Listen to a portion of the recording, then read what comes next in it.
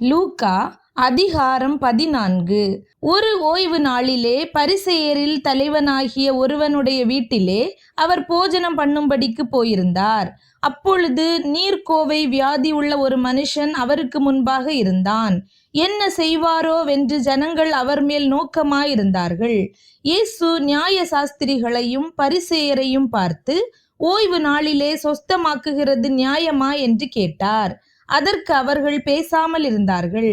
அப்பொழுது அவர் அவனை அழைத்து சொஸ்தமாக்கி அனுப்பிவிட்டு அவர்களை நோக்கி, உங்களில் ஒருவனுடைய கழுதையாவது எருதாவது ஓய்வு நாளில் துறவிலே விழுந்தால் அவன் அதை உடனே தூக்கி விடானோ என்றார்.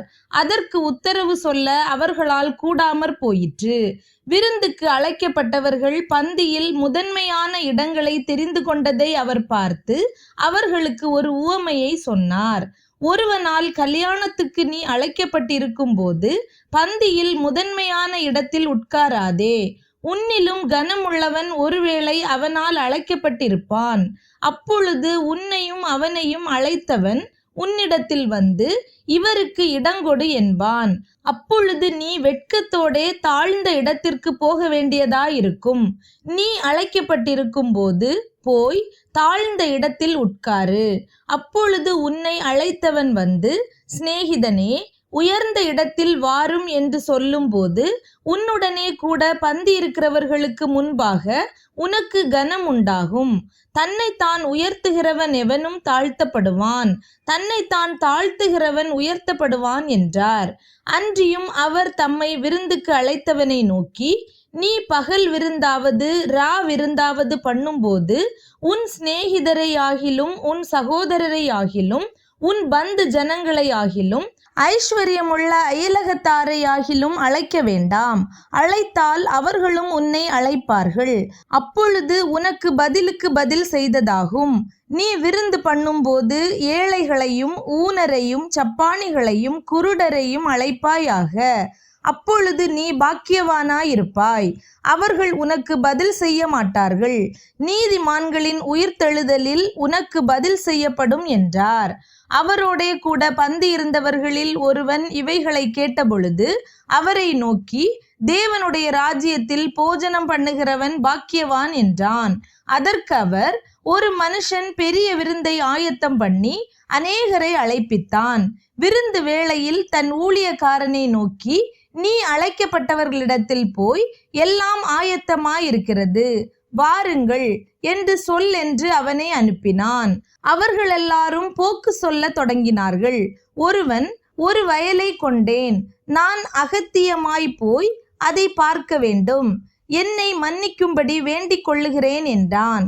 வேறொருவன், 5 ஏர் மாடு கொண்டேன், அதை சோதித்து பார்க்க போகிறேன், என்னை மன்னிக்கும்படி வேண்டிக் கொள்ளுகிறேன் என்றான். வேறொருவன், பெண்ணை விவாகம் பண்ணினேன், அதனால் நான் வரக்கூடாது என்றான். அந்த ஊழியக்காரன் வந்து இவைகளை தன் எஜமானுக்கு அறிவித்தான். அப்பொழுது வீட்டெஜமான் கோபமடைந்து தன் ஊழியக்காரனை நோக்கி, நீ பட்டணத்தின் தெருக்களிலும் வீதிகளிலும் சீக்கிரமாய் போய் ஏழைகளையும் ஊனரையும் சப்பாணிகளையும் குருடரையும் இங்கே கூட்டிக் கொண்டு வா என்றான்.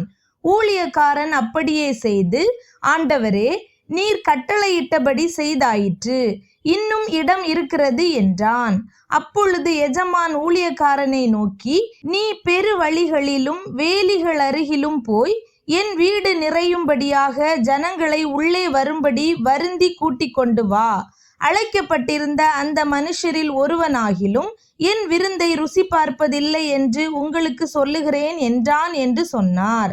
பின்பு அநேக ஜனங்கள் அவரோடே கூட பிரயாணமாய் போகையில் அவர்களிடமாய் அவர் திரும்பி பார்த்து, யாதொருவன் என்னிடத்தில் வந்து தன் தகப்பனையும் தாயையும் மனைவியையும் பிள்ளைகளையும் சகோதரரையும் சகோதரிகளையும் தன் ஜீவனையும் வெறுக்காவிட்டால் எனக்கு சீஷனாய் இருக்க மாட்டான். தன் சிலுவையை சுமந்து கொண்டு எனக்கு பின் செல்லாதவன் எனக்கு சீஷனாய் இருக்க மாட்டான். உங்களில் ஒருவன் ஒரு கோபுரத்தை கட்ட மனதாயிருந்து அஸ்திபாரம் போட்ட பின்பு முடிக்க திராணி இல்லாமற் போனால் பார்க்கிறவர்கள் எல்லாரும், இந்த மனுஷன் கட்டத் தொடங்கி முடிக்க திராணி இல்லாமற் போனான் என்று சொல்லி தன்னை பரியாசம் பண்ணாதபடிக்கு அதை கட்டி தீர்க்கிறதற்கு தனக்கு நிர்வாகம் உண்டோ இல்லையோ என்று முன்பு அவன் உட்கார்ந்து செல்லும் செலவை கணக்கு பாராமல் இருப்பானோ?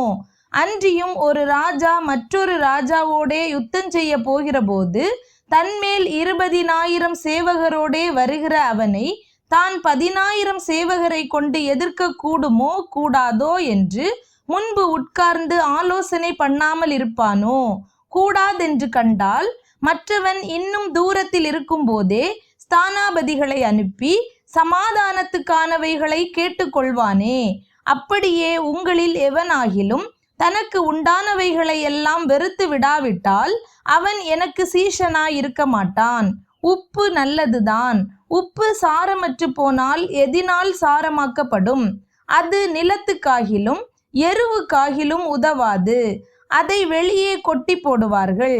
கேட்கிறதற்கு காதுள்ளவன் கேட்க கடவன் என்றார்.